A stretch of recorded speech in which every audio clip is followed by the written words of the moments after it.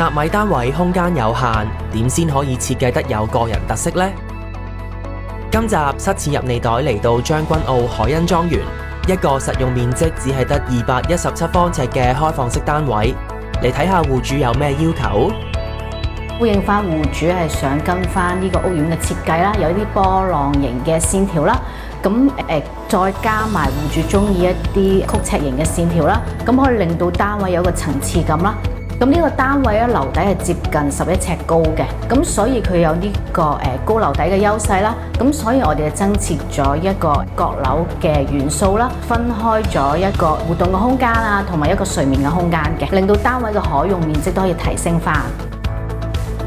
閣樓單位嘅閣樓底好容易出現採光不足嘅問題，為咗解決呢個問題，設計師加咗唔少嘅燈光元素，包括幾盞射燈同埋一條燈帶。呢條燈帶更加以斜線嘅方式呈現，成為咗單位嘅一大特色。除咗增加燈帶之外，Alice 仲喺單位唔同嘅位置加入灰鏡同玻璃，提升整體明亮度同光猛度。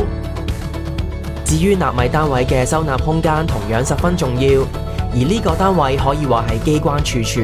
咁單位入邊咧，我哋增設咗唔少嘅機關嘅，例如電視機咧，我哋增設咗一個活動架嘅，只要稍微拉一拉，咁打開咧，我哋就見到一個衣櫃啦，一個高身嘅衣櫃嚟嘅，咁為戶主增添咗唔少收納嘅空間。睇真啲，原來單位由入門口開始，所有嘅櫃體都置晒頂。至於通往閣樓嘅樓梯亦有暗格，可以擺放物件。閣樓嘅床頭櫃亦有大量嘅收納位置，可以話係善用咗每一寸空間。再睇下閣樓床尾嘅地方，原來都好有特色㗎。